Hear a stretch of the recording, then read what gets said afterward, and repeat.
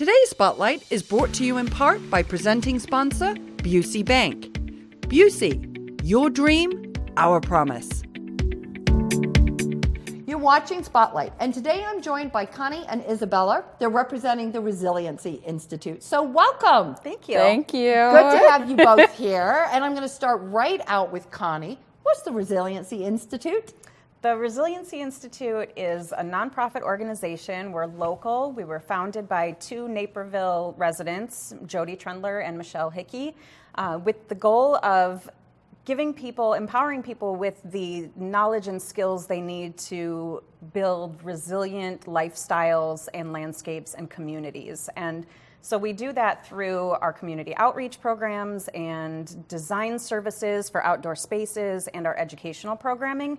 And all of this is based on permaculture ethics of caring for ourselves and others, caring for the earth, and caring for our future. So we offer all kinds of classes like a bioregional herbalism certificate, edible wild plant certificate, permaculture forest gardening, and those are all long series classes with the certificate, and so they go for 8 months and meet once a month, and it's a long, really involved and detailed course with the certificate at the end. But then we also offer individual classes like we've got forest therapy walks and farm and forest yoga, permaculture gardening classes, and herbalism and foraging workshops, all kinds of things that build nature connection. And then we also have Jody, our co-founder and executive director, is really involved with building community sustainability at a community level with working with the Sierra Club and the Naperville Sustainability Task Force, and doing a lot of good work that way. We love to collaborate with other organizations that are doing similar type work. Yeah, you got a lot going. Yeah, a lot. A lot going, yeah. Me too. You got a lot going. Yeah. And we could check out all of those offerings, those educational offerings online, right? Yes, and we have currently our early bird registration for those certificate series courses is open online right now on our website. Okay, good to know, good to know. All right, so Isabella, knowing all of that about the Resiliency Institute, how did you get involved? How did you hear about them, and what was your engagement with them? Yeah, so I have been volunteering for 2 years so far at the Warrenville, Illinois Youth Center, which is a nearby juvenile detention center, and doing Bible studies and doing group nights and having fun with the youth at the detention center, offering safe space for them. And during that time, I noticed this courtyard space, which was pretty unused and underutilized. And I was just, the wheels were turning about ways to use this space. And I read about a book about permaculture and loved the holistic idea of building resilient spaces and resilient communities that are focused on both plants and people. And I thought, we could do this here. This could be something that happens here. And so I found the Resiliency Institute online and got in contact with Jody and Connie, and the rest is history. That's awesome. Yeah. So now, Connie, how did the collaboration move forward?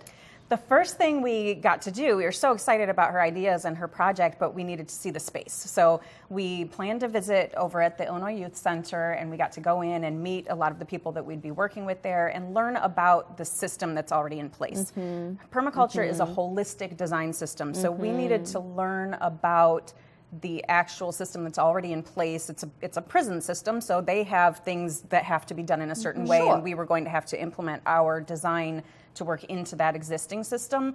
And so we also started talking to the people involved and getting feedback on what they wanted to see in this garden, so that we were involving all aspects of the system, so everyone was included in order to make it sustainable. And so we got feedback from, like teachers said they wanted a nice shady outdoor space to work in.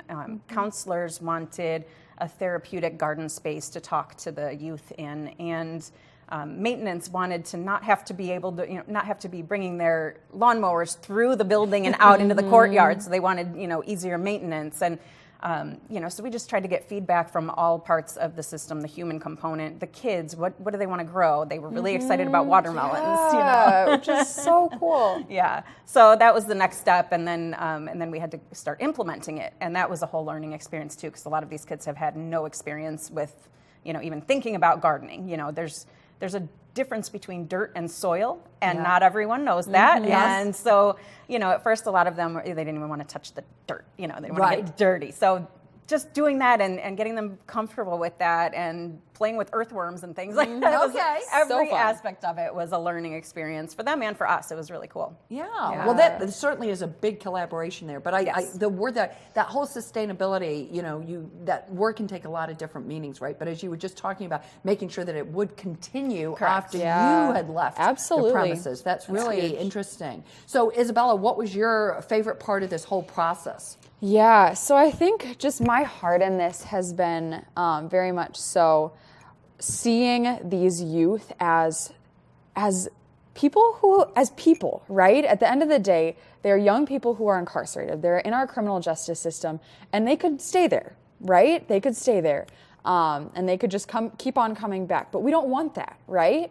We want these young people to be contributing members of society. So I think a really cool part of this project has been seeing the value that these youth can bring, and whether that has been getting their input on what food they want to grow, what plants they want to grow, seeing them come alive as they're initially a little intimidated by the earthworms, and then they're like, all of a sudden, like having fun playing with the earthworms. Trying to save them. Trying to save them, exactly. Or initially they're like, oh, lettuce, ew, that's unsanitary. And I'm like, where do you think your burgers and fries came from? Those came from plants too, And then it's like, whoa. And then it's like they see this little sprout and I'm like, it's a watermelon. And they're like, where's the watermelon? They're like, is it under there? And it's like you just see the wheels start turning about like the whole system of where your food comes from, and these young people that they've been pushed aside in a lot of ways, and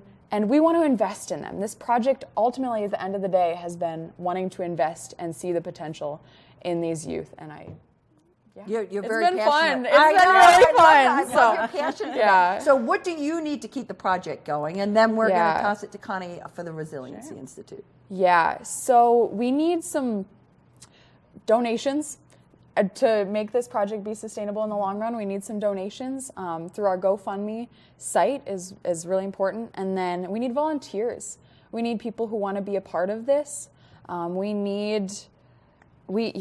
The young people, they are the annuals in this project. They come and they go, and we pray that they go and they thrive on the outside.